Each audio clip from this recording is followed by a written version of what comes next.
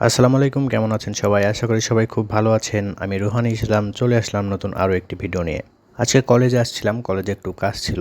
পরবর্তীতে কলেজের কাজ শেষ করার পরে দুধ চা খেতে ইচ্ছা করছিল। দুধ চায়ের কথা আসলেই মাথায় চলে আসে শিবপুরের বিখ্যাত দুধ চা। আর আমরা ডিসিশন করি সেখানেই যাব। তার পরবর্তীতে আমরা সেখানে যাওয়ার জন্য রওনা হয়ে পড়ি। আর যেহেতু আমরা গাড়ি নিয়ে যাচ্ছিলাম, গাড়িতে কিছু পেট্রোল ভরতে হবে, আর আমরা একটা পেট্রোলের দোকানে দাঁড়াই। পেট্রোলটা নিয়ে আমরা আমাদের যাত্রা আবারও শুরু করে দিই। দুর্গাপুর থেকে শিবপুরের দূরত্ব প্রায় 7 কিলোমিটারের মতো।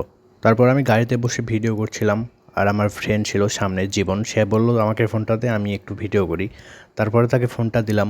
যদিও এটা রিস্কি, এক হাতে ড্রাইভ করা, এক হাতে ফোন ইউজ করা বা ভিডিও করা, তারপরেও বয়সটা এমন, সব কাজেই রিস্ক নিতেই হবে। তারপরে আমি যার থেকে ফোনটা নিয়ে আমরা রকেটের গতিতে যাচ্ছিলাম আমাদের গন্তব্য উদ্দেশ্যে।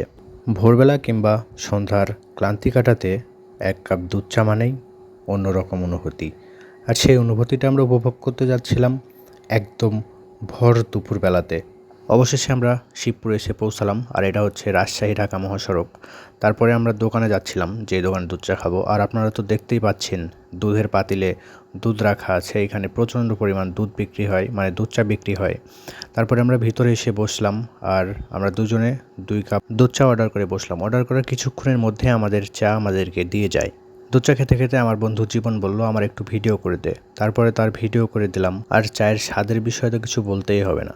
যারা রাজশাহীর শিবপুরের এই দুধ চা খেয়েছেন একমাত্র তারাই জানেন এর স্বাদটা কতটা তীব্র।